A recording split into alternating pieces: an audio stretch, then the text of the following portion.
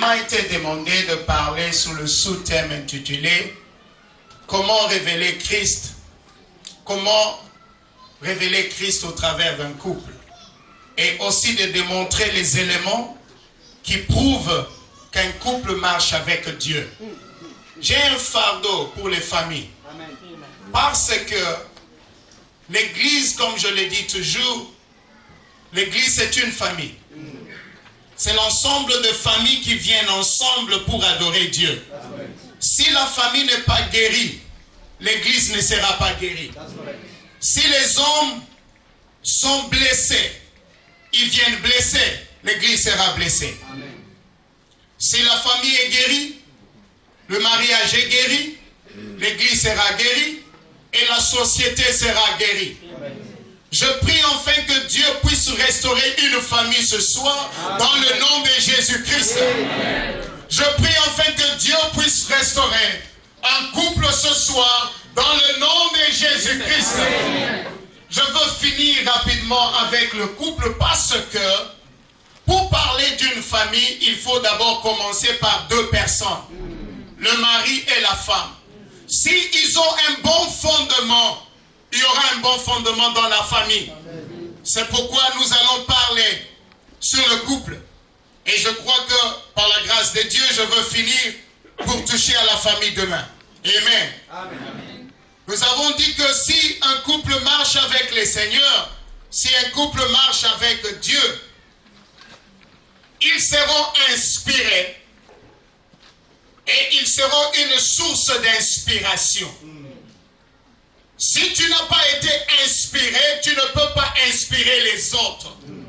Si tu es un père inspiré, tu vas inspirer tes enfants. Cela veut dire que tu vas révéler Christ à tes enfants. Alléluia. Amen. Dis à ton voisin, je suis inspiré. Dis à Dieu, Seigneur, inspire-moi. Au nom de Jésus. Ce soir, Dieu va t'inspirer. Je dis qu'un couple qui marche avec Dieu, pour révéler Christ, premièrement, il doit comprendre le rôle dans le mariage. Le mari n'est pas le chef de la femme. Ils sont tous égaux. Je parle d'un couple qui révèle Christ. Un couple qui révèle Christ. Ce couple-là comprend l'égalité. Ils comprennent qu'il n'y a personne qui est au-dessus. Nous sommes tous égaux. Parce que la Bible dit dans le livre de Genèse chapitre 5, verset 2, si nous pouvons lire rapidement avec l'homme de Dieu.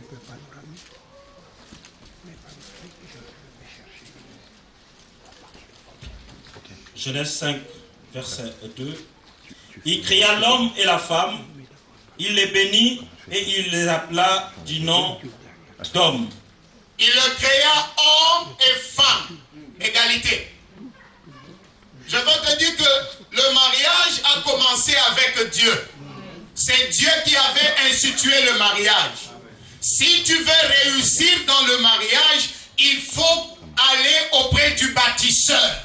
C'est lui qui a le formule. Si tu veux réussir, il le créa homme et femme. Et il le bénit. Ils sont tous égaux. Il n'y a personne qui est au-dessus de l'autre. Je sais pourquoi je dis cela. Parce que les hommes croient qu'ils sont au-dessus de femmes. Mais dans la pensée de Dieu, l'homme et la femme sont tous égaux.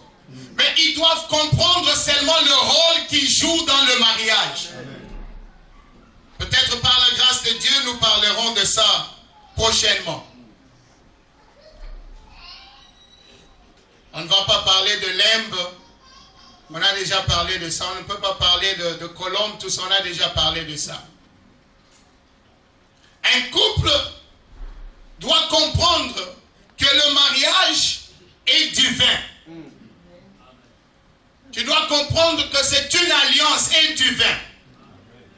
C'est une institution de Dieu.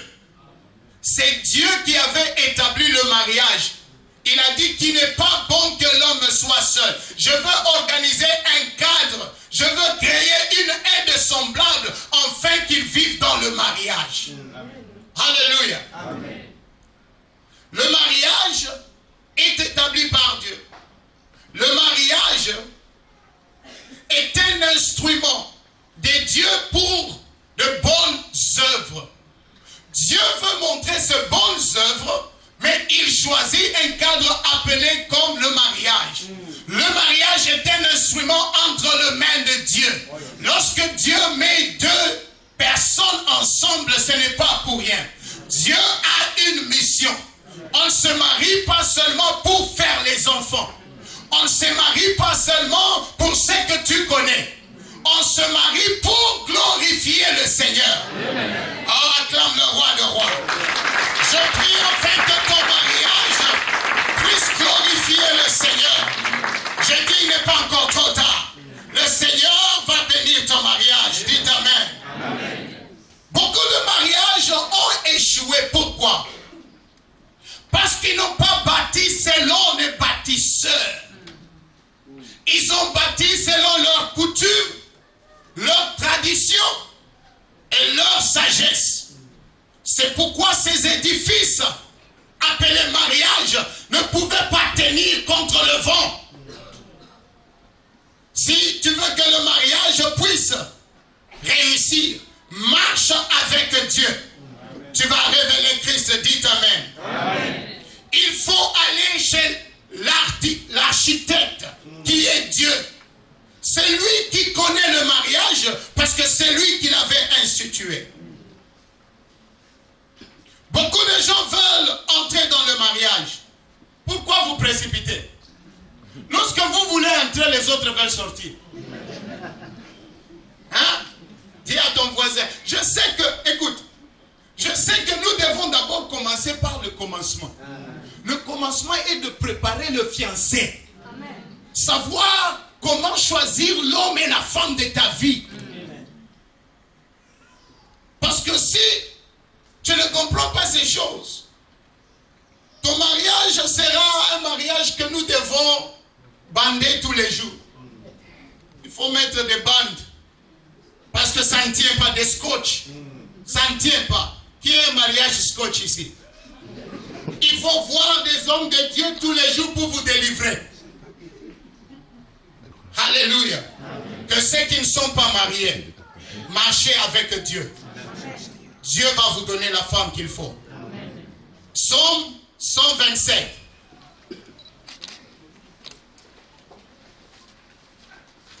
Verset 1er.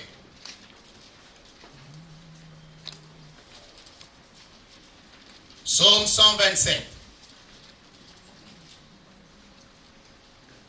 1, 2, 7.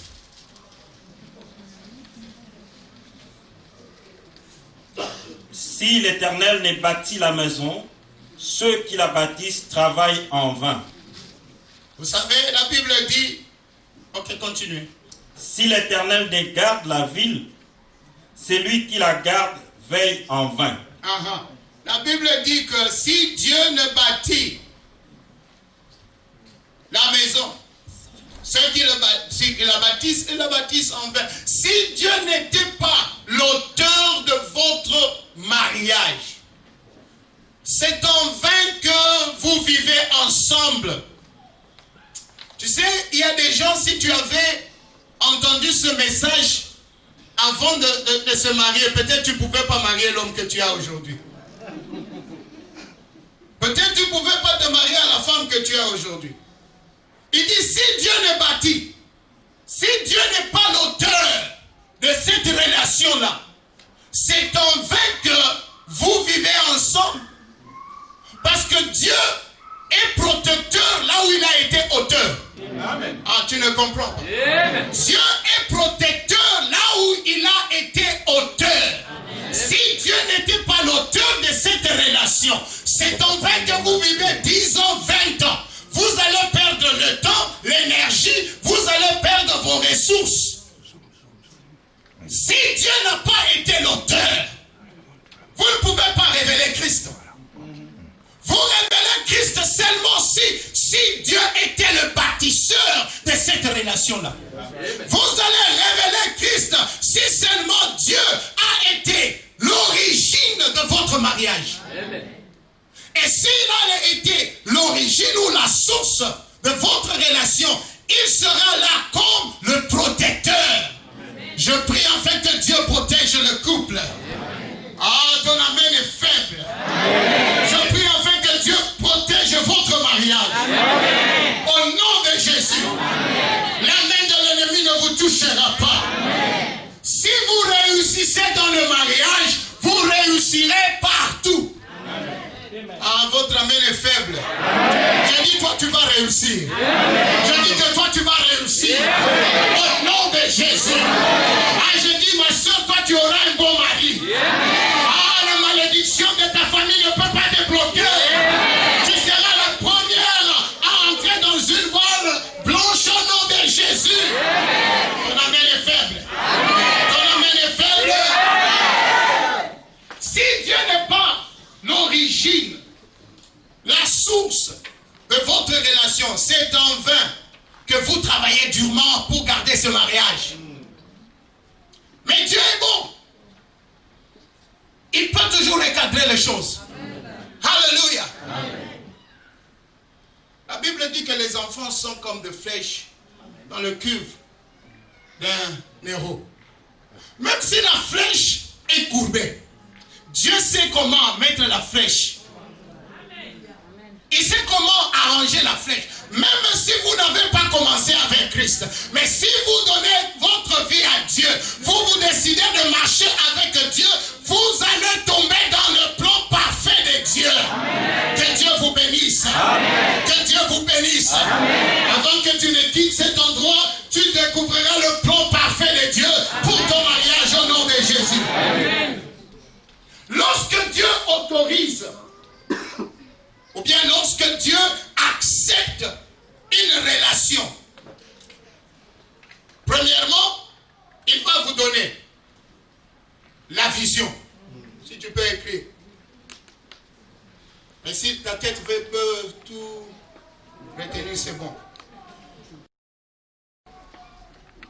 Lorsque Dieu accepte une relation, lorsque Dieu bâtit une relation, pour savoir que cette relation ou bien ce mariage provient de Dieu réellement, la première des choses ou le premier élément que vous allez remarquer, c'est la vision. Dis la vision. La vision.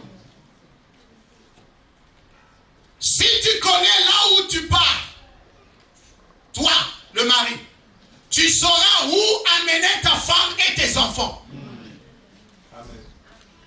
Si tu es un visionnaire, tu sauras où amener ta famille, où amener ta femme. C'est là où tu révèles Christ dans la vie de ta femme, dans la vie de tes enfants.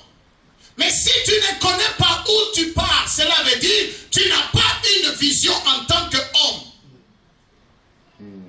Vous n'allez pas atteindre votre objectif en tant que famille et en tant que couple. Alléluia. Amen. Que Dieu te donne une vision. Amen. Ma soeur, n'épouse jamais quelqu'un qui n'a pas de vision. L'argent n'est pas la vision. Amen. Tu peux épouser quelqu'un qui n'a pas l'argent, mais s'il a la vision, il va t'amener quelque part. Amen. Il va t'amener quelque part. Amen. Tu vas sillonner le monde avec ce monsieur-là. Tu vas sillonner le monde avec ton mari. Si seulement il a la vision, accroche-toi. Oh, Naomi n'avait rien. Elle avait tout perdu. Mais elle avait un Dieu. Elle avait un Dieu. Je me souviens, je propose à une soeur que je veux l'épouser. La soeur me regarde. J'étais trop mince. Et elle me regarde et dit, toi-même là, chez nous on ne va pas t'accepter. Il dit, tu fais là quoi? Toi, tu fais là quoi? Je dis, c'est vrai. Puisqu'elle n'était pas dans le plan, puisque c'est graffé. C'est ma femme. La première soeur me rejette. Elle me me fuit. Maintenant, Prisca vient. Je croyais que c'est Prisca qui devait me rejeter. Mais Prisca m'accepte tel que j'étais. Intercesseur, j'ai dormi que par terre. Et chaque matin, Prisca venait, elle va récupérer mes blanquettes là. Elle met ça, j'ai dit, oh Seigneur. Après des années, je veux prêcher dans une conférence. Le protocole qui me reçoit, c'est la sœur. Oh. Entrez, pasteur, j'entre. Après quelques jours, je rentre à la maison, elle m'appelle. Avec un anglais de blanc. Hello, je peux parler. Can I speak to Prophet Stephen, please? Who's this one? Say yes. Tu me connais pas? Je dis, c'est qui? Il dit, c'est moi. C'est toi qui? Elle donne son nom. Je dis, qu'est-ce que je peux faire pour vous? Elle dit, j'aimerais qu'on soit des amis. Je dis, non. Non. Ce temps-là est passé il y a très longtemps. J'aime ma femme et je la respecte. Donc toi là, le soir, je veux t'accuser que tu m'avais appelé.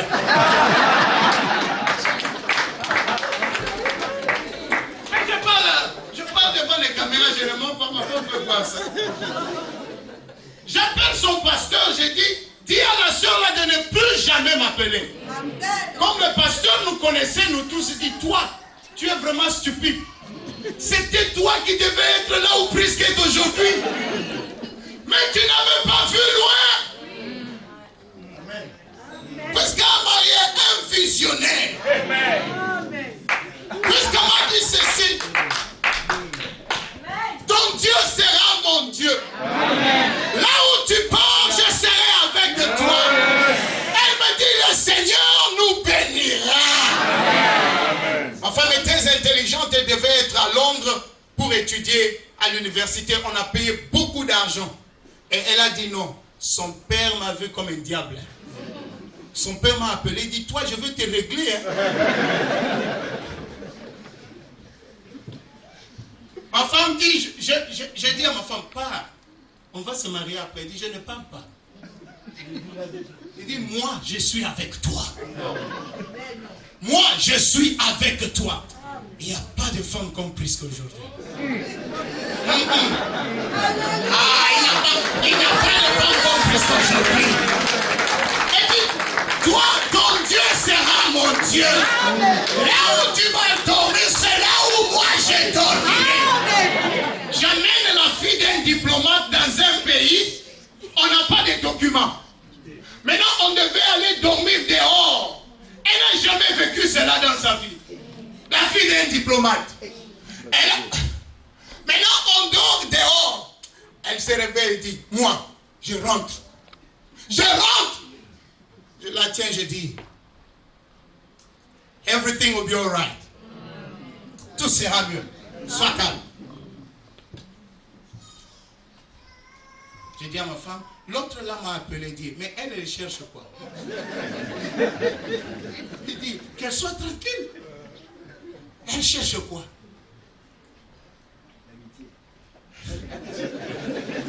Elle commence à me prophétiser, j'ai dit, ne me prophétise pas.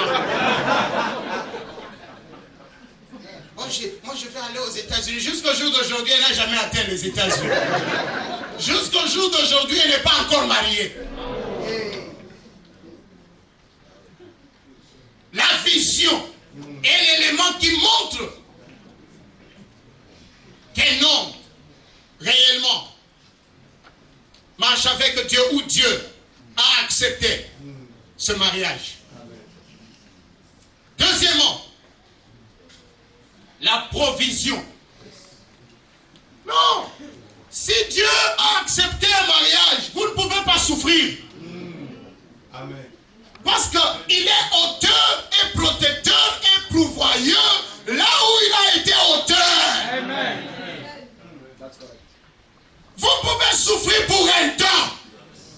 Mais après, le Seigneur fera le miracle. J'ai dit, le Seigneur fera le miracle. Amen. Toi, ma soeur, ne fuis pas. Reste là où tu es. Le Seigneur fera le miracle. Amen. Le Seigneur va ouvrir les écluses du ciel. Amen. Le Seigneur va bénir ton Jésus. Amen. Dis la provision. La provision. Tu ne souffriras jamais. Tu ne manqueras jamais. Tu ne manqueras de rien. Tu ne manqueras pas l'argent, la nourriture, les habits, la maison. Parce que Dieu, il va pourvoir. Ah, ton amen est faible. Dieu va pourvoir. Provision veut dire, c'est en deux mots. Pro veut dire avant. Alléluia. Avant. Pro veut dire avant. Avant que vous ne vous connaissez là. En avance, Dieu avait déjà prévu l'argent pour vous. Amen. Non, ce n'est pas lorsque vous venez dans le mariage, vous commencez à prier. Oh Seigneur, donne-nous. Non. Avant là, parce que c'est lui qui est l'auteur. C'est lui qui avait organisé cela. Avant que vous ne puissiez vous rencontrer, il avait déjà prévu tout. Ah, il avait déjà tout prévu. Si votre mariage est dans le plan de Dieu, ne pleurez pas, mon bien-aimé. Dieu a déjà tout prévu pour vous. À votre avis, il est trop faible. Hein? Alléluia. Pro veut dire avant. Avant toute chose. Genèse chapitre 22, verset 8.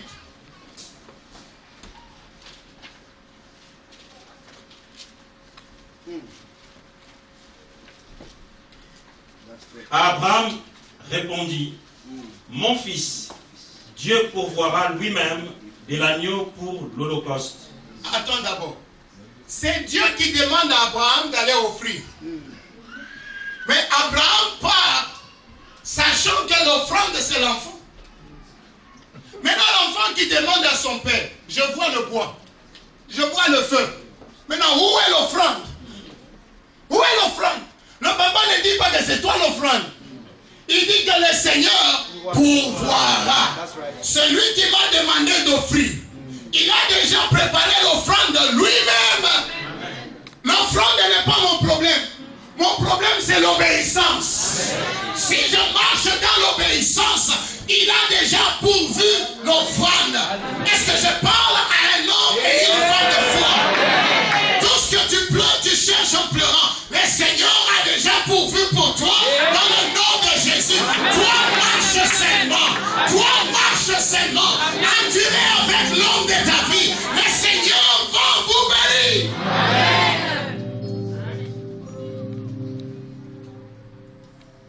Homme de Dieu, vous dites quoi? Vous continuez.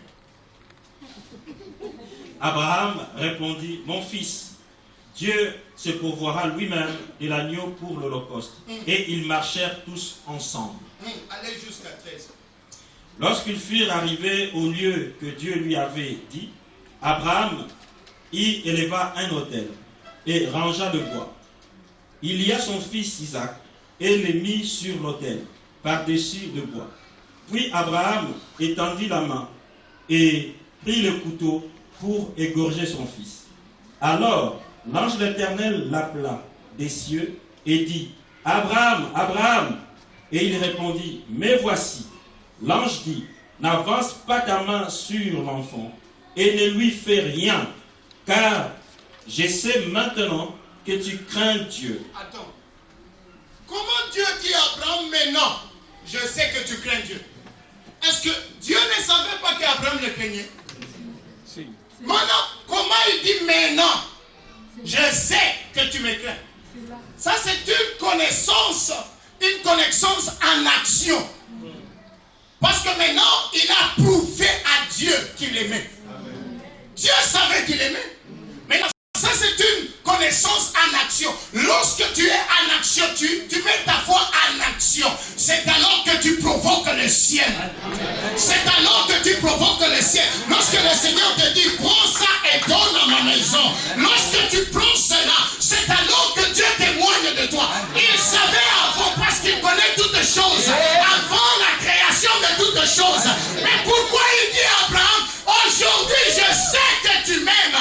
Il a vu en action l'amour et la foi d'Abraham. Et je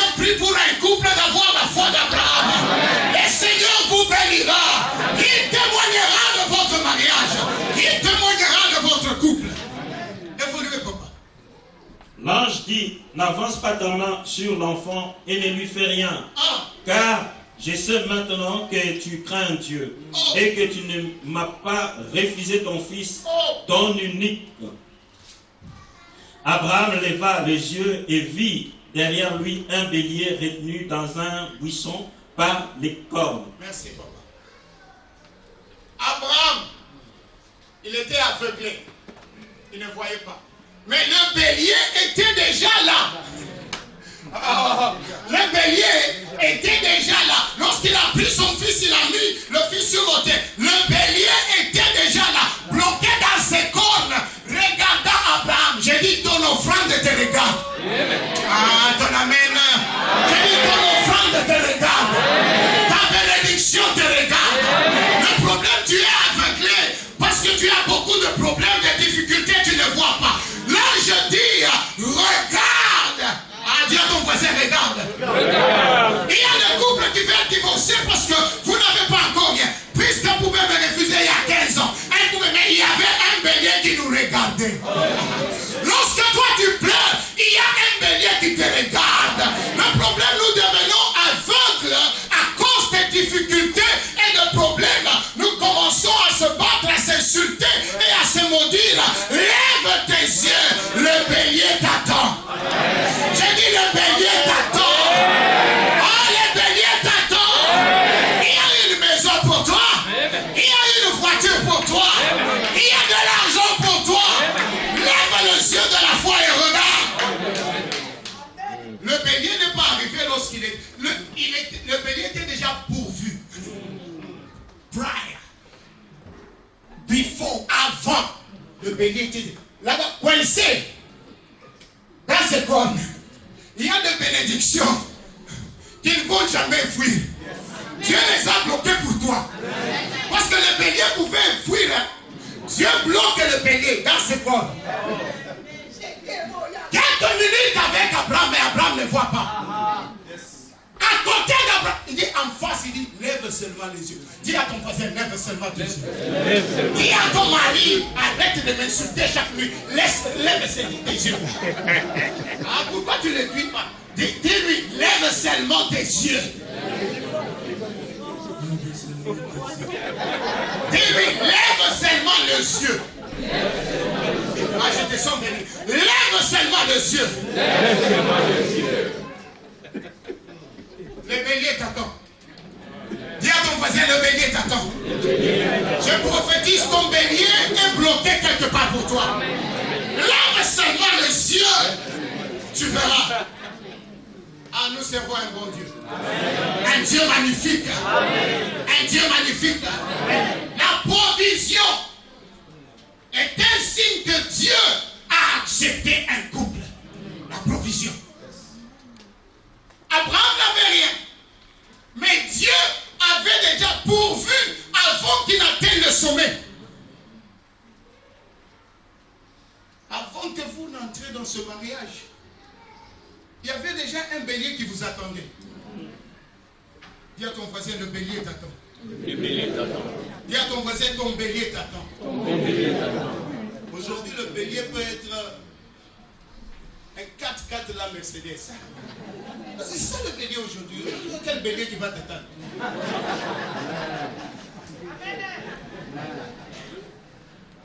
C'est bloqué là quelque part pour toi. Avant la fin de cette année, tu toucheras le bélier. Je prophétise. Mon travail, c'est prophétiser sur les enfants de Dieu. Je suis venu pour prophétiser.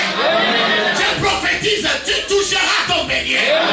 Tu le saisiras par le corps. Je dis, tu vas le tirer de là-haut. J'appelle ton bélier dans le nom de Jésus. Tu as assez pleuré, tu as assez souffert. Je dis, trop c'est trop. Ton bélier, ton père doit venir dans le nom de Jésus.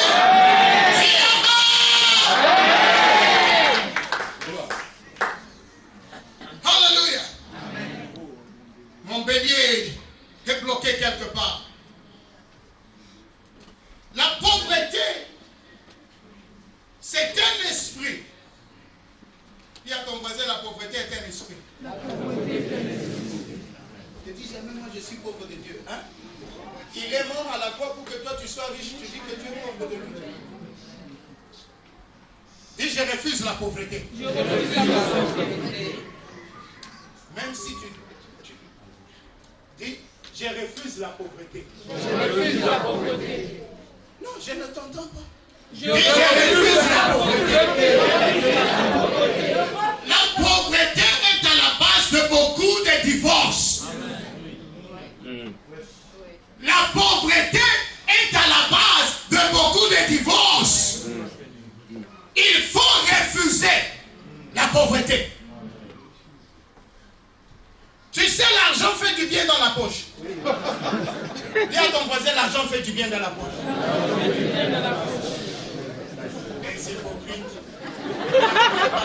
Ce que tu n'aimes pas, ça te fouille. Ce que tu aimes, tu attires. Ne dis jamais que je n'aime pas l'argent. Ne dis jamais. Si tu dis que tu n'aimes, si tu es religieux, c'est ton problème. Si tu dis que tu n'aimes pas l'argent, l'argent ne te suivra jamais. Que l'argent te suive au nom de Jésus. Je dis que l'argent te suive au nom de Jésus. Tu sais pourquoi l'homme noir souffre? Parce que l'homme noir n'a jamais eu une relation personnelle avec l'argent. C'est pourquoi lorsque nous avons des présidents, ils cherchent d'abord à s'enrichir eux-mêmes. Nous avons des ministres qui cherchent à s'enrichir. Pourquoi? Ils n'ont jamais eu une relation avec l'argent. Tu verras quelqu'un qui n'a pas une relation avec l'argent. Il devient orgueilleux. Il voit tout le monde petit. Il voit tout le monde. C'est un signe que tu n'as pas une relation avec l'argent. Moi, je connais des blancs. Il a un petit téléphone là, mais c'est un millionnaire. Mais toi, tu n'as même pas de millions. Tu vas acheter un téléphone compliqué, une voiture compliquée. Tu veux montrer aux gens que tu as quelque chose au moment où tu n'as rien.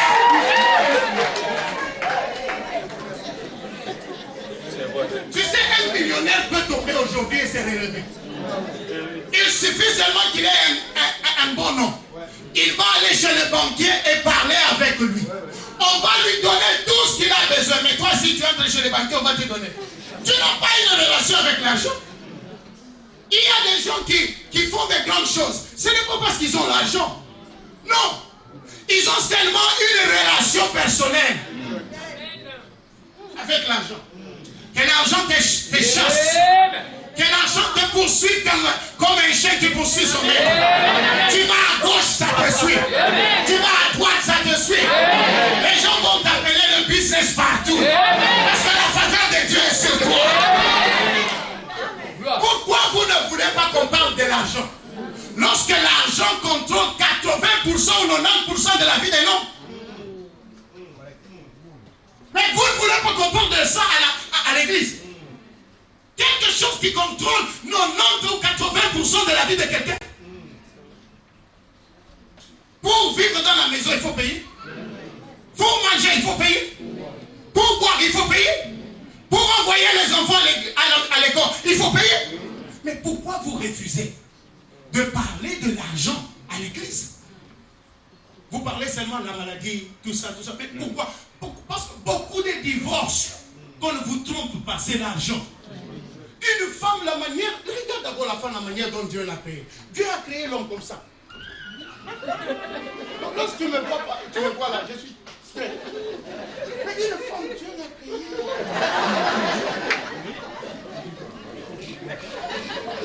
La beauté, la femme veut bien s'habiller. La femme veut bien acheter des bijoux, tout ça. Mais là, s'il n'y a pas l'argent, elle sera un problème. Elle sera une chèvre dans la maison. Je chasse la pauvreté. Je chasse la pauvreté. La pauvreté est à la base de beaucoup de choses.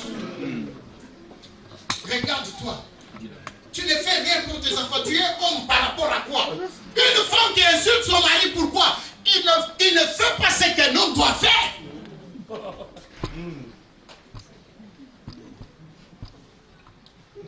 La femme respecte souvent celui qui fait quelque chose pour elle. Hein? C'est vrai. Si tu ne fais rien, Tu dis, moi, oui, donne-moi d'abord de l'eau là-bas. Il dit, toi, tu ne peux pas marcher, prendre de l'eau.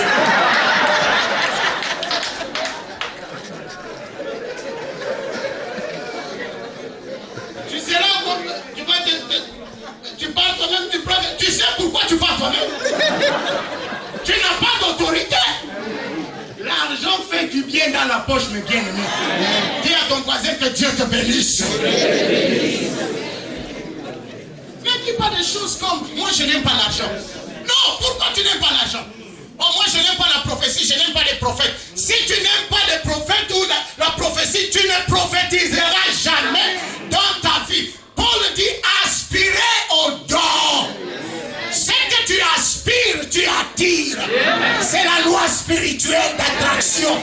Ce que tu aspires, tu finiras par toucher cela. Ce que tu n'aspires pas, ça va te fuir. Les hommes riches ne travaillent pas pour l'argent. L'argent travaille pour eux. Ils jouent au golf là, les millions entrent. Amen. Ah, que Dieu change tes pensées. La pauvreté peut te réduire à un niveau. Ta belle famille ne te respecte plus. Tu arrives comme ça chez ton beau-père. Ils ouvrent la porte chez toi. Maintenant, tu ne sais pas si on a dit entre.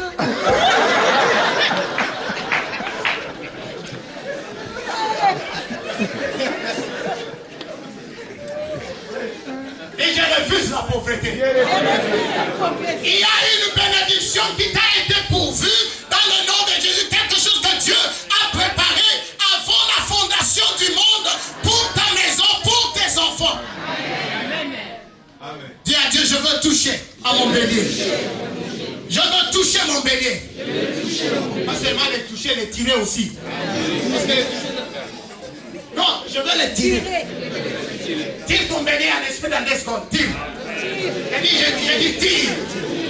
Dis je tire mon bélier. Je tire mon bélier. Je dis toi tu seras un CEO. PDG. Amen. D'une entreprise. Amen. Moi je sais ce que je dis. Amen. J'ai un enfant à l'église. Mon vice-pasteur. CEO. Il était un grand businessman. Il a tout perdu. Il est venu. Je lui ai dit, tu dois être membre de cette église, Dieu va te restaurer. Il est devenu membre de notre église, délivrance. Il prie dans une grande église des Australiens. Et il était vice-pasteur dans cette église-là. Lorsqu'il a eu des problèmes, il a perdu ce business. Sa femme veut partir avec les enfants.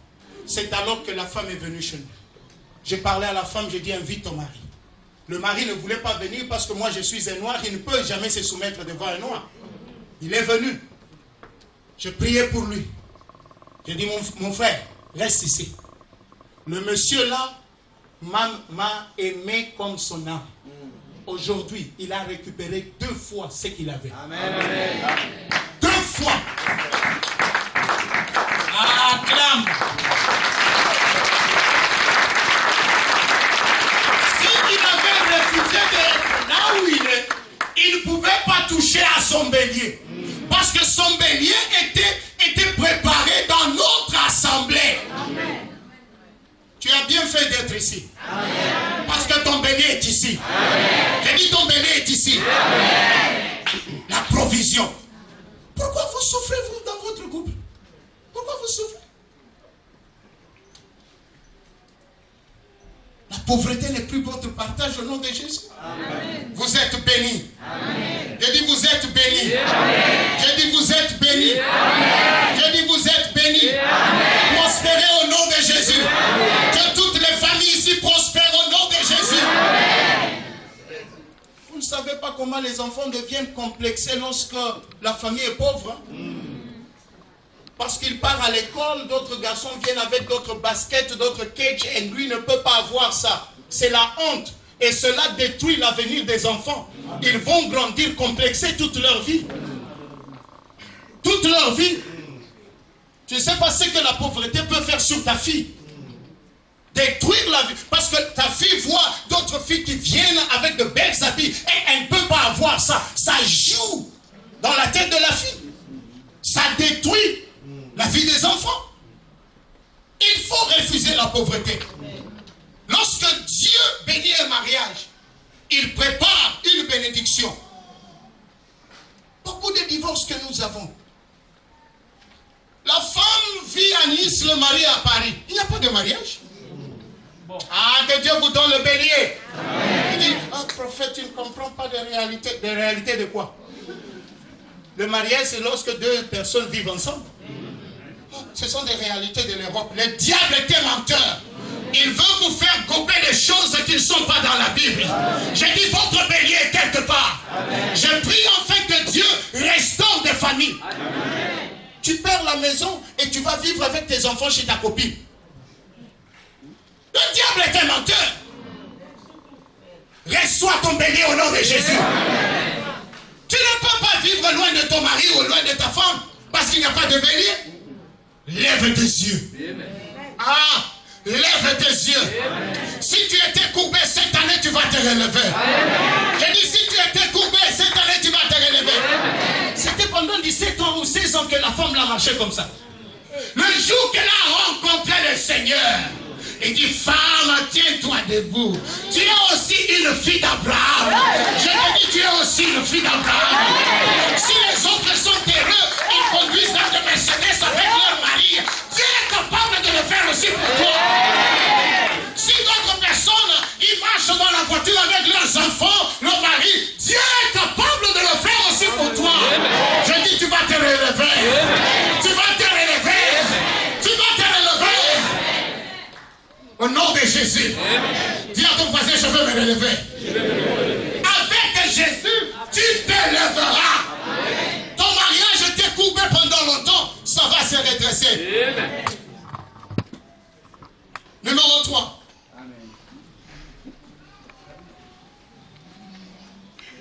La grâce et la faveur.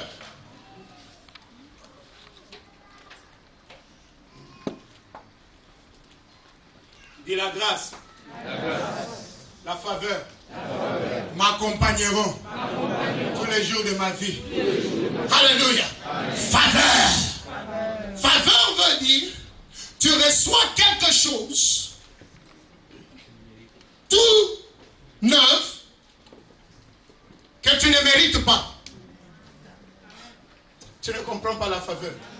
Tu reçois quelque chose qui te dépasse des dimensions. Quelque chose que tu ne mérites pas. Mais tu le reçois gratuitement. Que Dieu te bénisse gratuitement. Amen. Que les gens, que la banque t'appelle gratuitement. Amen. Que tu achètes. Tu peux vivre sans l'argent avec Dieu. Si tu marches dans la faveur, quelqu'un viendra te dire, le Seigneur m'a dit de payer une maison pour toi. Quelqu'un viendra te dire, je ne dors plus jamais. Le Seigneur m'a dit, je dois acheter une voiture pour toi. Je te dis que ces choses ne se font pas. Ces choses se passent. Et il y a des gens qui témoignent tous les jours. C'est vrai. Un mariage que Dieu a accepté. Un mariage que Dieu a béni. Tu verras la faveur et tu verras aussi la grâce. La grâce. La Bible dit, David dit, il n'y a personne de la famille de Saül pour que je lui montre la faveur à cause de ce que son père a fait. On est allé trouver Mephibosheth. Il était boiteux, mais avec faveur. Boiteux, mais avec faveur. Il est entré dans la maison du roi. Il est entré, pourquoi? La faveur. Écoute, il y a eu des aveugles et des boiteux qui avaient résisté David pour qu'il n'entre pas. David les a maudits. Et David dit, il n'y aura pas des aveugles et de boiteux qui entreront dans le palais royal. Mais ces jours-là, à cause de la faveur de Dieu, la loi de David est tombée. Un boiteux est entré. Si tu as la faveur de Dieu, tu vas entrer dans des endroits qu'on a dit que tu ne peux pas entrer. Je prie pour que la faveur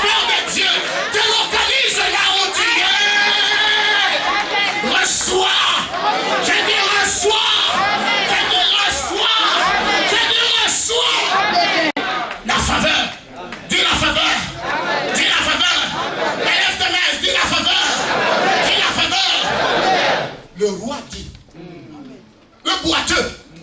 Parce que si un roi parle, tout ce qu'il parle devient une loi. Amen. Il dit les boiteux.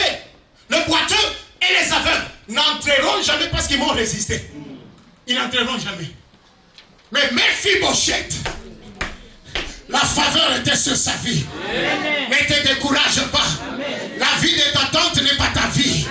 Toi, tu es sous la grâce de Dieu. Toi, tu es sous la grâce de Dieu. Boiteux, mais avec la grâce. Je peux avoir, non pas l'argent, mais avec la grâce. Je ne suis pas encore marié, mais avec la grâce. Tu entreras. Je dis, tu entreras. Ne dis pas, oh prophète, tu ne sais pas que j'ai déjà 40 ans. 40 ans, c'est quoi? Si tu as la faveur, à 40 ans, tu vas te marier. Enfin, moi, ce n'est même pas 40 ans. Moi, c'est 60. À 60, si tu as la faveur, tu vas te marier. Dis Amen. Dis Amen. Il était boiteux. Mais il est entré. Il a même négocié avec le roi pour lui dire que, écoute, roi, moi, je ne suis qu'un homme mort. Mon Seigneur, un chien mort. Comment est-ce que je peux manger à la table du... Lorsque tu as la faveur, tu verras Macron face à face. Pourquoi tu rigoles? Tu n'as pas la foi. J'ai dit, tu verras Macron face à face.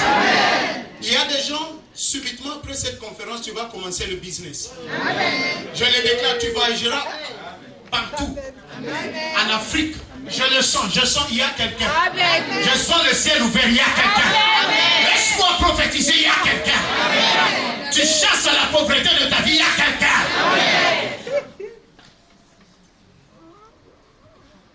Quatre. Protection. Si Dieu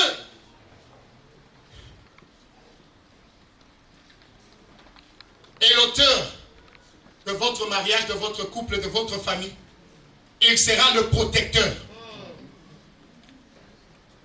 Psaume 34, verset 7.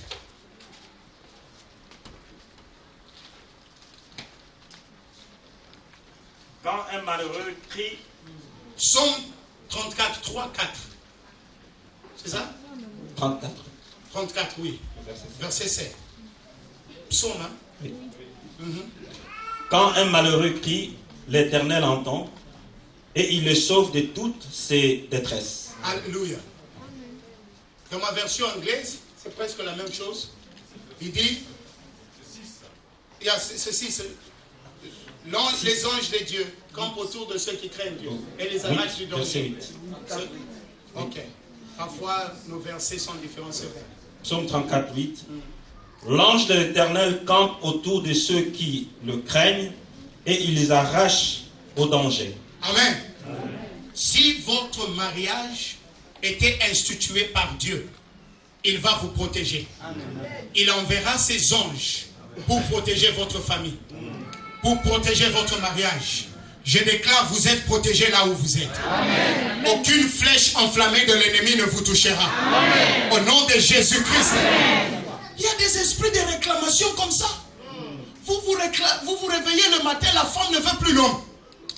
Qu'est-ce qui ne va pas? Oh, je suis fatigué. Tu es fatigué depuis quand? Depuis ce matin seulement. Elle a reçu une flèche dans le monde spirituel. Moi, je veux partir seulement aujourd'hui. Je veux partir seulement aujourd'hui. C'est comme si quelque chose l'a tiré. C'est comme si quelque chose l'a chassé. Je commande à cet esprit-là de quitter votre mariage. Dans le nom de Jésus. Vous êtes protégés dans le nom de Jésus-Christ de Nazareth. Même si dans votre famille, il y a une forte sorcellerie. Mais si c'est Dieu qui a permis à ce que vous soyez ensemble, ils ne vous verront pas. Ils ne vous toucheront pas. Ils ne vont pas vous détruire. L'enfant qui est bien né, l'enfant commence à secouer et changer les yeux. Qu'est-ce qui ne va pas? Parce que le papa ne veut pas de ce mariage-là. Le papa veut que sa fille rentre à la maison. Alors on complique les choses dans le monde spirituel. Mais si c'est Dieu qui a permis, rien ne va vous toucher. Rien ne va vous détruire. Au nom de Jésus.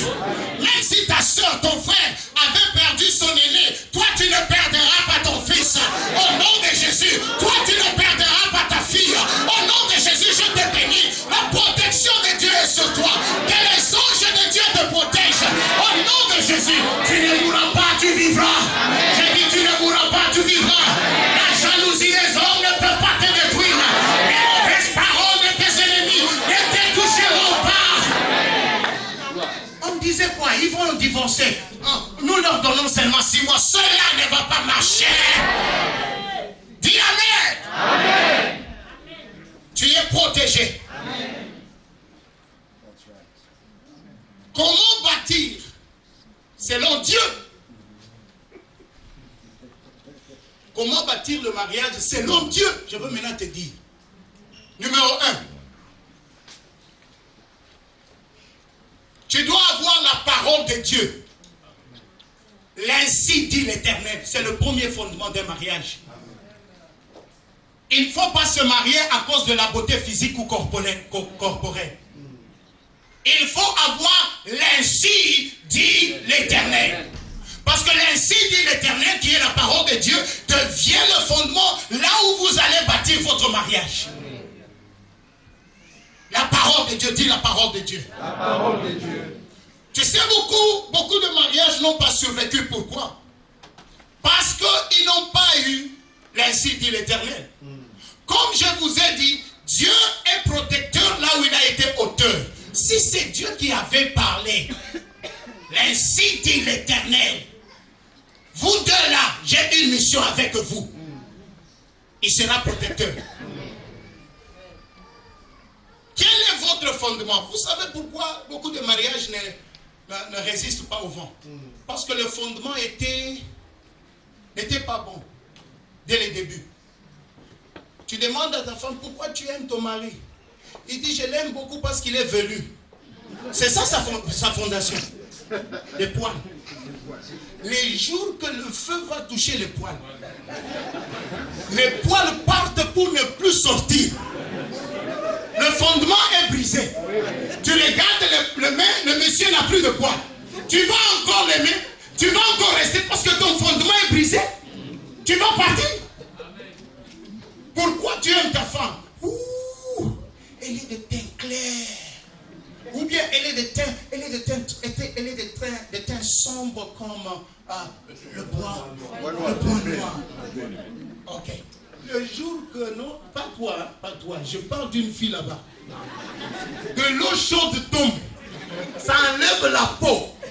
Quelqu'un devient rouge toute sa vie. Votre fondement est brisé. Vous allez rester encore avec cette femme. C'est pourquoi beaucoup de mariages ne survivent pas, parce que le fondement était mauvais. Les pasteurs souffrent pour rien. Pourquoi tu épouses la fille ici? Ma Miss Paris. Miss Paris. Regarde ses jambes. Regarde. Qu'elle mette seulement le premier fils. Poum. Maintenant, le fondement de Miss Paris est brisé. Tu vas encore rester. Tu vas encore l'appeler. Miss vient? Non.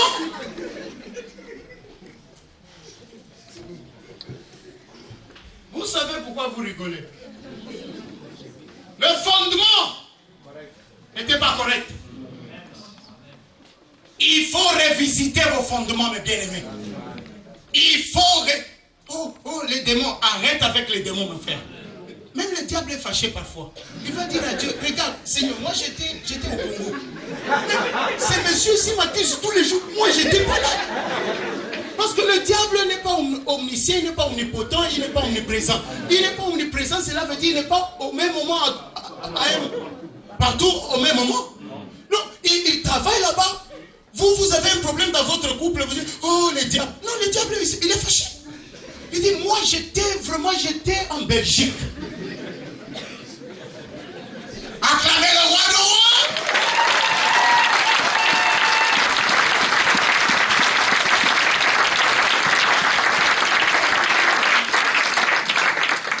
Révisitez vos fondements. Même les mariages qui ont fait 30 ans, révisitez vos fondements. Même des mariages qui ont fait 20 ans, révisitez vos fondements. Même des mariages qui ont fait 15 ans, révisitez vos fondements.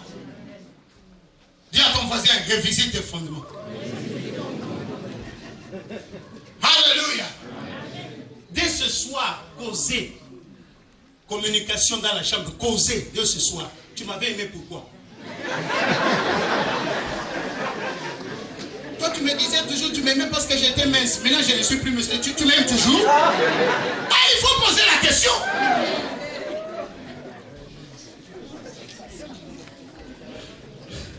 Il faut lui poser la question.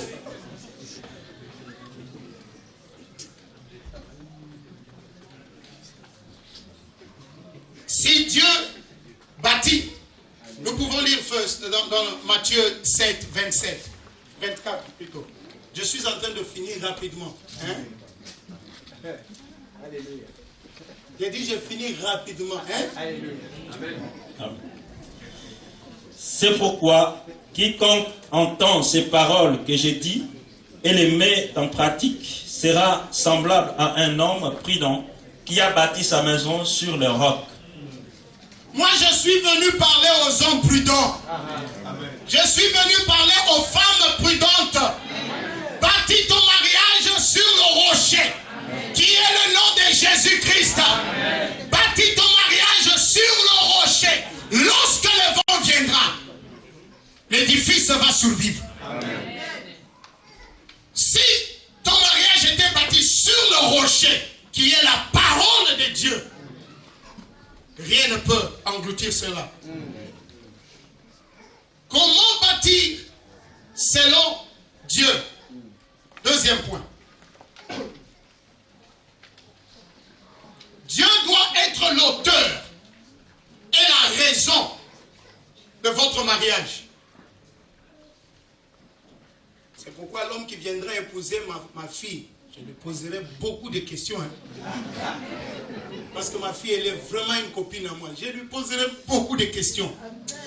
J'ai changé mon cœur face à mon beau-frère, à mon beau-père, lorsque j'ai eu ma fille. J'ai dit, ah, c'est pourquoi mon beau-père refusait de me libérer sa fille. J'ai compris. Je suis devenu très, très poli.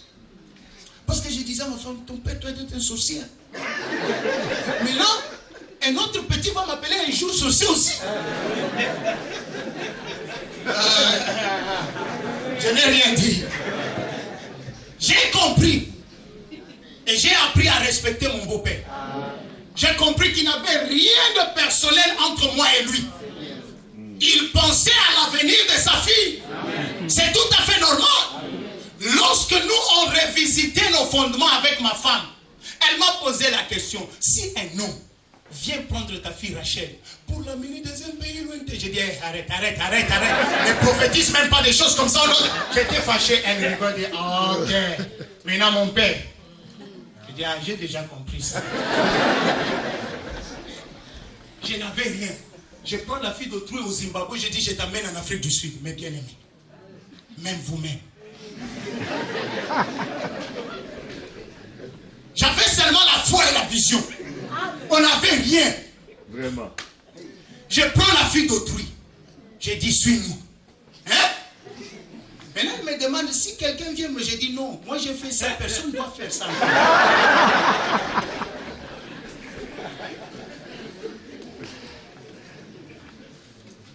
Je dis, numéro 2. Dieu doit être l'auteur et la raison de votre relation ou votre mariage. Parce que j'ai dit, Dieu est protecteur là où il a été auteur. Amen. Amen. Beaucoup de gens sont en train de se plaindre et de condamner Dieu. Pourquoi Dieu je vis comme ça? Pourquoi un mari qui me tabasse comme ça? Pourquoi? Lorsque vous vous êtes rencontrés au marché, Dieu était là.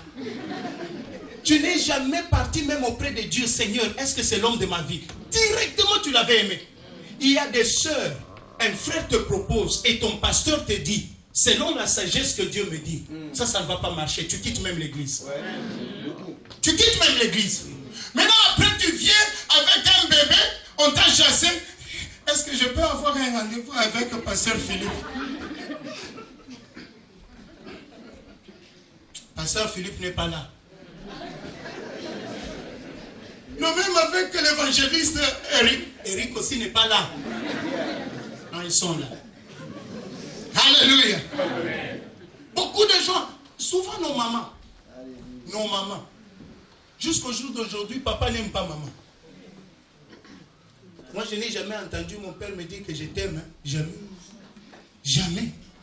Même dire à ma mère que je t'aime. Ah, ça c'est l'enfant non admis.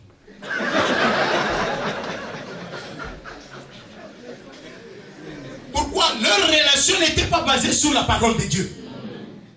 J'ai vu des pasteurs échouer le ministère parce qu'ils se sont rencontrés avec cette femme-là dans des boîtes de nuit. Maintenant, il devient pasteur. Maman a toujours des tendances. Des tendances. Maintenant, ça crée un problème au ministère de papa. Parce que maman a toujours des tendances. C'est très important. Beaucoup de gens disent, Dieu, pourquoi tu m'as fait ça? Ce n'est pas Dieu qui t'a fait ça, tu t'es fait toi-même. Amen. Ne pointe pas ton petit doigt à Dieu si Dieu n'était pas l'auteur. Les gens qui peuvent faire réfléchir Dieu. Il n'y a que des gens à qui Dieu avait parlé. Il dit, réveille ma mémoire. Tu peux le rappeler. Ce n'est pas toi, Seigneur. Lorsque les choses ne vont plus bien avec ton mari, tu es dans l'illégalité, tu dis à Dieu, Seigneur, dis-moi, ce n'est pas toi qui avais dit, ce n'est pas toi qui avais dit, ce n'est pas toi qui avais dit. Avant que tu ne finisses la prière, le Seigneur fera quelque chose. Alléluia. Amen. Tu deviendras philosophe. Il y a des gens qui parlent chez eux, ils marchent lentement. Il ne veut pas arriver chez lui.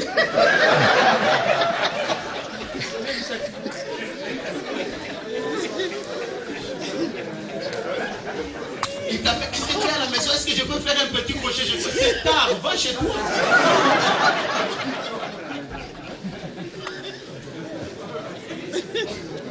Si Dieu n'était pas l'auteur du mariage, j'ai vu un pasteur, il voulait arracher la tête et frapper ça dans le mur.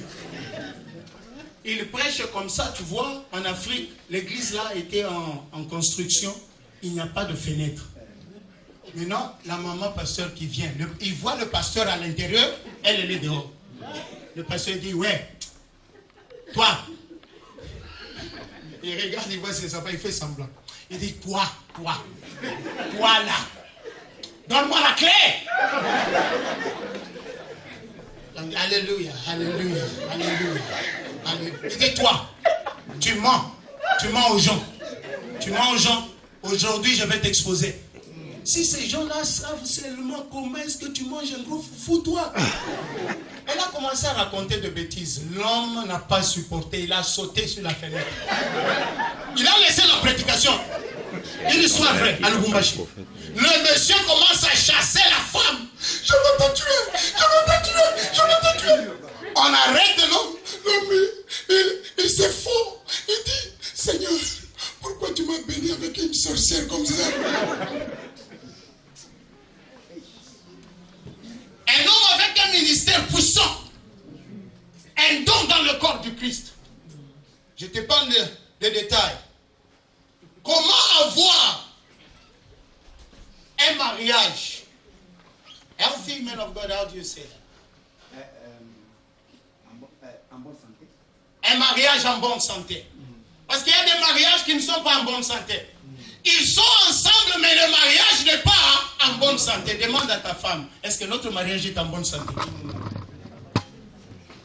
J'entends, il demande. Même si elle n'est pas ici, tu rentres ce soir, demande, chérie, notre mariage est en bonne santé? Parce qu'il y a des gens qui sont ensemble, mais ils ont divorcé il y a très longtemps. Premier élément, on m'a demandé de donner les éléments. Je vous donne les éléments. Premier élément, je vais donner seulement 2. Mon pasteur Philippe, 2 seulement. J'ai dit que le mari doit avoir une vision. Ma soeur. Genèse chapitre 2, verset 15.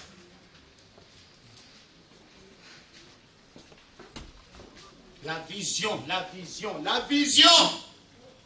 La vision.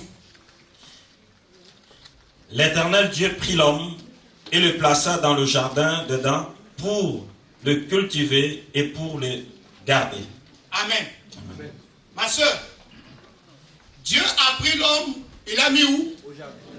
Pour faire quoi? Pour le garder et le cultiver. Un homme qui a la vision, qui t'épouse, premièrement, il doit te cultiver et il doit te protéger. Si tu as un homme, lorsqu'il y a un problème dans la famille, il se range du côté de sa famille. Cet homme-là n'est pas un homme bon, il n'est pas un homme bien. Un mari doit défendre sa femme. Amen. Tu es mon petit frère, tu ne peux pas parler à ma femme n'importe comment. Amen. Tu n'as pas ce droit-là. Je dois protéger. Tu es mon oncle, tu n'as pas droit de parler à ma femme n'importe comment. C'est ça, un mariage en bonne santé. Un homme qui protège ta femme, c'est ton jardin. N'humilie pas ta femme si elle ne peut pas manger avec le couteau et la fourchette. Cultive-la. Non chérie, on ne le fait pas comme ça. Tiens, comme ça, comme ça, comme ça, comme ça. Ah, si toi tu es élevé, amène-la au niveau là où tu es. Amen. Ne te moque pas d'elle. Cultive-la. Tu vois la femme d'ancien temps, tu dis, oh, la femme de ce monsieur-là. Oh, la femme. Non, ne loue pas la femme d'autrui. Il y a quelqu'un qui cultive. Hein, tu comprends? Tu marches dans la voiture et tu vois une femme là. Tu vas te cogner. Pourquoi tu ne regardes pas ta femme? C'est que tu regardes à une autre femme. Il y a un homme qui a fait ça. Toi aussi, tu dois le faire. Si tu aimes des bijoux sur le corps de femme, mets ça sur le corps de ta femme. Cultive-la. Que ça soit spirituellement. Tu ne peux pas divorcer. La femme n'est pas à mon niveau. J'ai besoin d'une femme bulldozer. Amène ta femme au niveau d'un bulldozer. Cultive-la. Il y a des personnes qui disent, oh non, ma femme n'est pas à mon niveau spirituel maintenant. Non. Cultive-la. Amen. Oh, ma femme ne parle bien pas français. Cultive-la. Amen. Oh, ma femme. Non, cultive-la. Amen. C'est ça le mariage. Vous savez comment vous couvrir. Moi, je ne parlais pas anglais. Ma femme m'a appris. Parfois, elle me disait quelque chose, je ne peux pas prononcer bien. Je dis, je suis fatigué. Il dit, reviens ici, ne sois pas orgueilleux. Toi, tu es appelé dans le monde anglophone. Mets-toi ici. Répète. Je dis, jamais une femme m'a enseigné dans ma vie. Maintenant, une femme là va m'enseigner aujourd'hui, Seigneur. Parce qu'elle est ouverte. Moi, je voulais une femme qui met une jupe jusqu'ici. Maintenant, elle était dans des pantalons. J'ai dit, un pasteur dit que, voilà, prophète, tu as l'onction, tu es comme ça, sans femme, sans rien. Mais prends même plus que j'ai dit, au nom de Jésus, je brise cela. Je dis, cela ne se fera jamais. Une femme en pantalon comme ça. Moi, non. Mais c'est elle ma femme aujourd'hui. J'ai appris qu'il ne faut jamais dire non. On ne sait jamais. Cultive-la. Oh, mon mari, il est vraiment un villageois. Il faut le cultiver. Oh, mon mari est un villageois, vraiment. Mais il faut le cultiver. Oui, je sais qu'il y a beaucoup de villageois. Amène-le dans un magasin bien dit, tu vois, cette couleur se marie. Maintenant, lorsqu'il saura comment s'habiller, il commence à gonfler devant toi, dire, regarde ces villageois.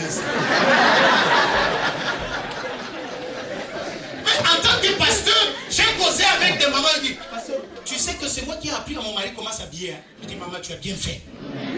Tu as bien fait. Parce qu'il a étudié en Gandaji. Il ne sait pas comment marier les couleurs. Une cravate jaune avec une chemise rouge, comme ça. Maman dit, non, il ne faut pas faire. Non, il n'y a rien de se moquer. Il faut cultiver. Il faut ramener ton mari au niveau là où tu es. Parce que cela crée des complexes d'infériorité dans le mariage. Ça crée des problèmes. Le mari qui commence à tabasser la femme parce que la femme est plus élevée et plus cultivée que lui. diminuer. Il ne faut pas divorcer. Il faut cultiver les champs. Un mari doit protéger sa femme. Tu sais pourquoi ta femme est fatiguée, elle ne se sent pas protégée. C'est ça le problème. Il y a des gens, ton frère dit, grand frère, il faut bien éduquer ta femme là. Un jour, tu vas la trouver en train de pleurer. Mon frère, tu ne veux pas même finir. Au nom de Jésus, je veux avoir l'onction de Samson pour 2 minutes.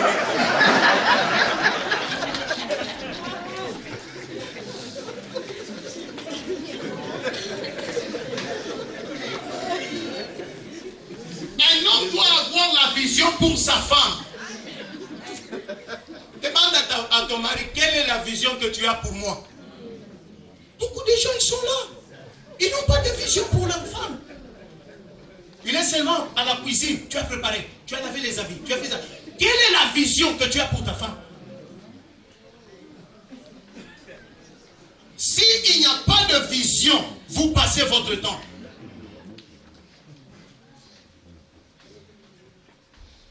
Beaucoup de femmes insultent leurs femmes. Beaucoup des hommes insultent leurs femmes stupides. Non. En réalité, c'est toi qui es le plus stupide. Parce qu'une femme, elle est une aide semblable, la Bible le dit. Qu'est-ce que c'est une aide? Une aide vient couvrir là où tu n'as pas fini. C'est toi qui fais le travail et elle couvre là où il y a eu insuffisance. C'est ça son travail. Lorsque elle vient auprès de toi, elle doit abandonner sa vision.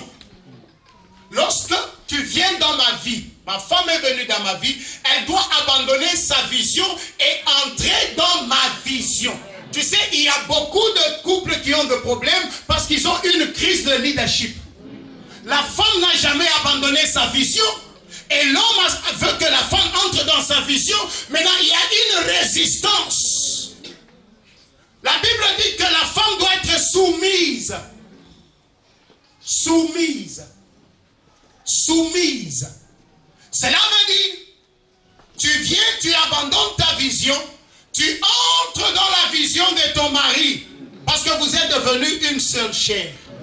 Tu entres dans la vision de ton mari. Maintenant, imagine si l'homme n'a pas de vision, la femme va entrer en quoi? Ah, répondez-moi.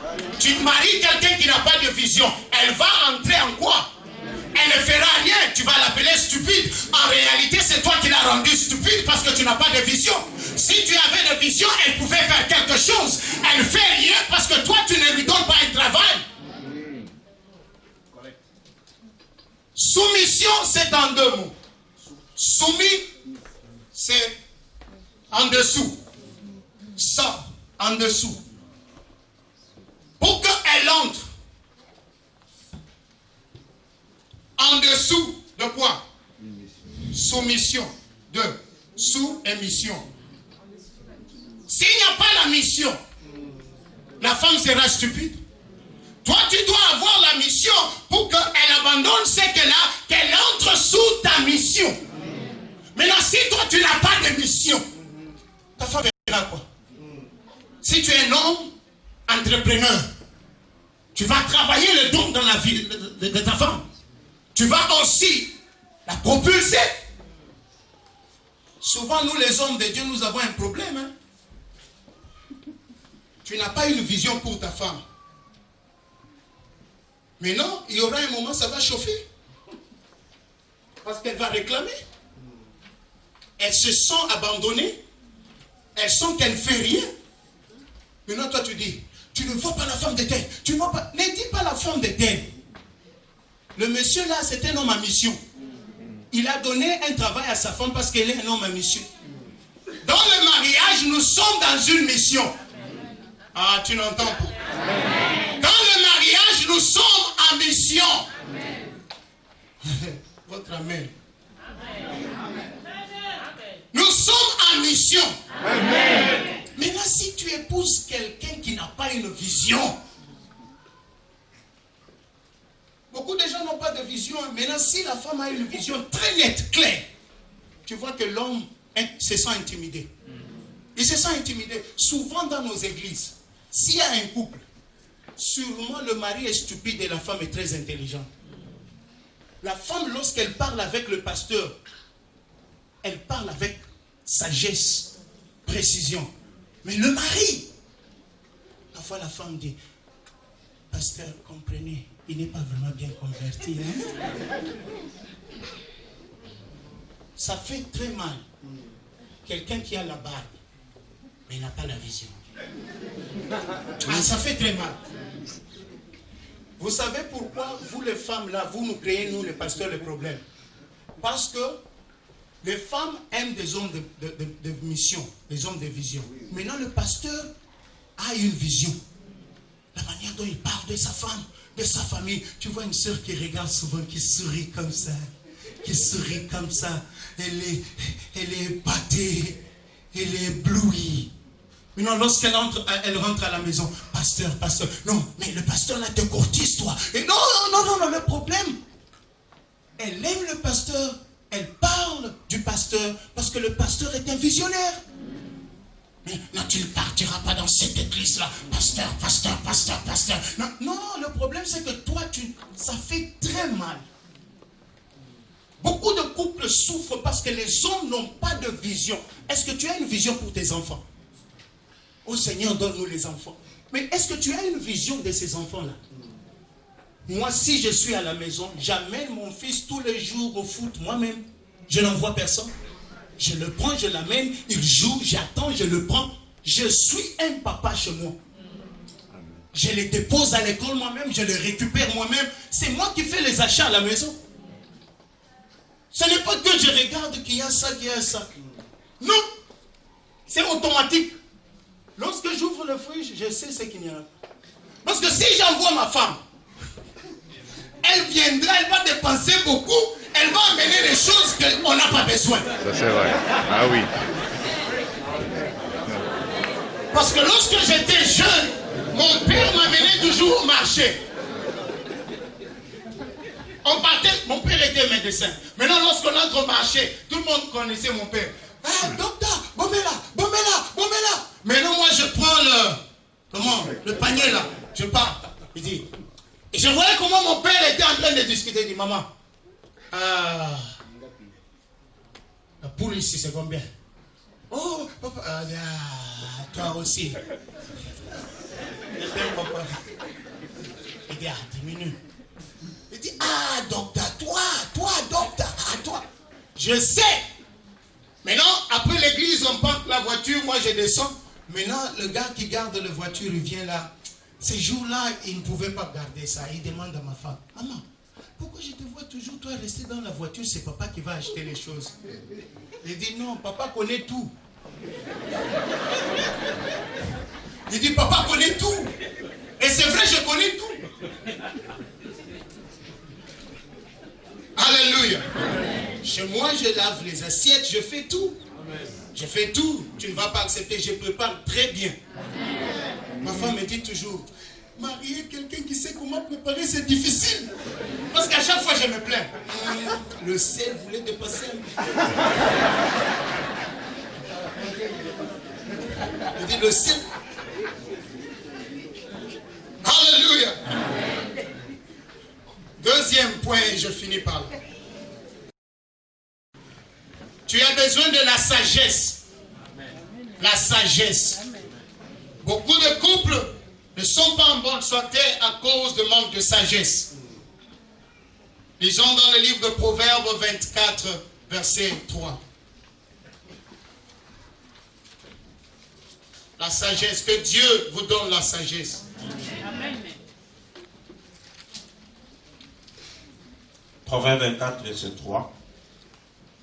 C'est par la sagesse qu'une maison s'élève et par... Attends d'abord, homme de Dieu. C'est par la sagesse qu'une maison s'élève. On bâtit la famille, le mariage, par la sagesse. Et la sagesse, c'est un homme.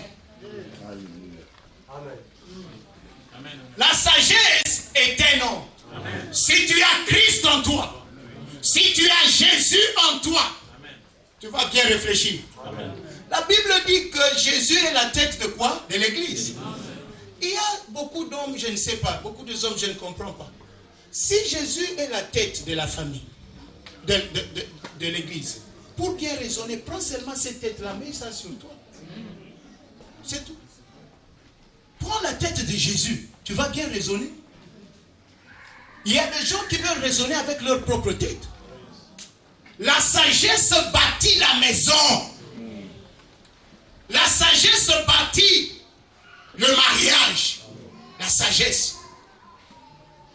Écoutez, ce n'est pas le nombre des années qui détermine, ou bien le cheveu blanc qui détermine, ou la barbe blanche qui détermine qu'un homme est sage. Non.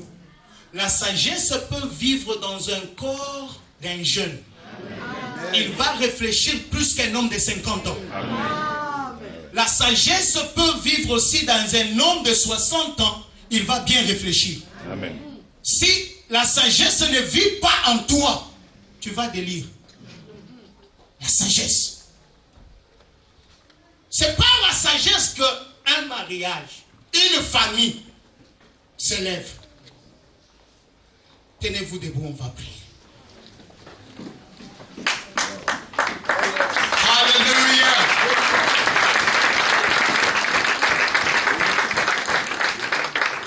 Tout ce qui a dérangé votre mariage va partir aujourd'hui. L'esprit d'incompréhension va partir aujourd'hui. L'esprit de manque de sagesse va partir aujourd'hui. Commence à prier. Si tu n'as jamais eu une vision pour ta maison, aujourd'hui Dieu va te donner la vision aujourd'hui. Aujourd'hui. Tu sortiras d'ici avec une vision. Dis Amen. Oh Jésus. Commence à prier. Commence à prier là où tu es. Tu dis Seigneur, je prie pour ma famille. J'ai besoin de ta sagesse. Seigneur, je vais entrer dans ton plan pour que tu sois l'auteur de mon mariage. Commence à parler à Dieu. Commence à parler à Dieu. Dieu m'a dit, beaucoup de familles sont attaquées par le diable. Dieu m'a dit, beaucoup de couples sont attaqués par le diable. Oh Jésus, quelque chose va se passer aujourd'hui. Je sais que si je vous appelle ici, vous n'allez pas venir. Parce que tu vas regarder que les gens vont comprendre, c'est aussi la sagesse. Il faut protéger ton conjoint. Mais tu vas prier comme le feu là où tu es. Tu vas envoyer le feu. Tu vas détruire la pauvreté qui vous a englouti pendant longtemps. L'incompréhension. Il y a un autre point que je n'ai pas touché, la communication. Il y a des gens qui ne peuvent pas communiquer. Tu vas prier, élève ta voix.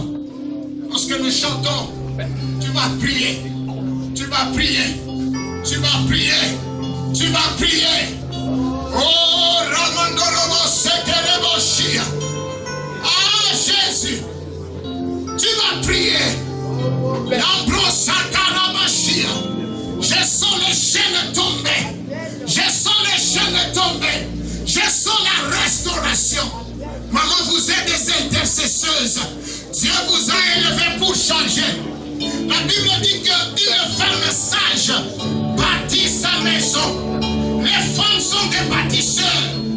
Les femmes, les mamans sont des bâtisseurs. Aujourd'hui, moi, je suis chrétien parce que ma maman a prié pour moi. La première personne à prophétiser dans ma vie, c'était ma mère. Elle m'a dit, toi, tu n'es pas un garçon comme les autres. Le Seigneur me dit, tu es un prophète des nations. Je regarde ma mère, je rigole, je dis, qu'est-ce que tu dis? Et aujourd'hui, je respecte beaucoup maman. Maman, la Bible dit, maman, c'est toi qui bâtis la maison. Ton mari finira par servir le Seigneur si toi tu pries. Je veux que les mamans prient. Ton enfant deviendra un avocat à cause de toi. Ton enfant deviendra un docteur à cause de tes prières. Oh yes. Souffle Saint-Esprit. Tu finiras pas comme tu es venu.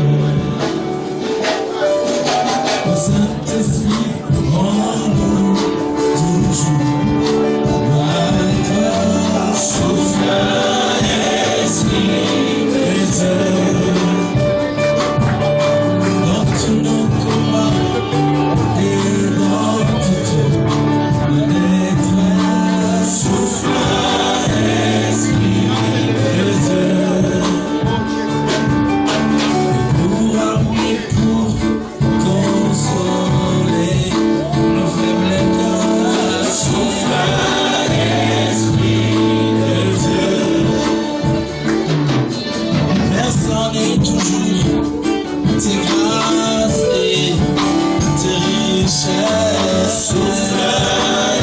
Saint-Esprit, j'entends Saint-Esprit, Saint-Esprit, consolateur, Saint-Esprit, révélateur,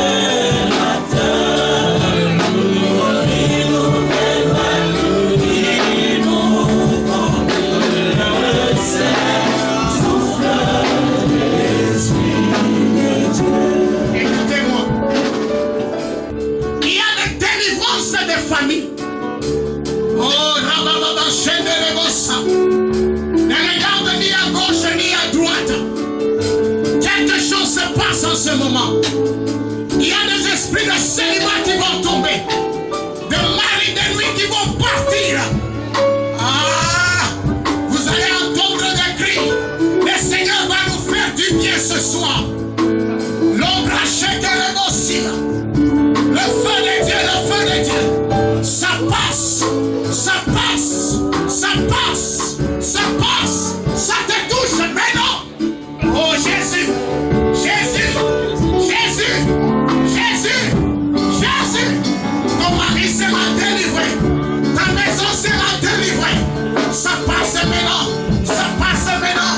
Ne regarde ni à gauche ni à droite. Jésus t'aime. C'est ton jour, c'est ton jour, c'est ton jour, c'est ton jour, c'est ton jour. Un jour de miracle. Alléluia, alléluia, alléluia.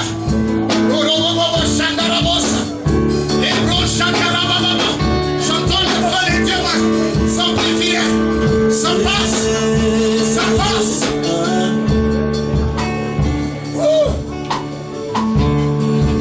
Ça passe, ça passe, ça passe, ça passe, ça passe. j'entends Saint-Esprit, Saint-Esprit, consolateur, Saint-Esprit,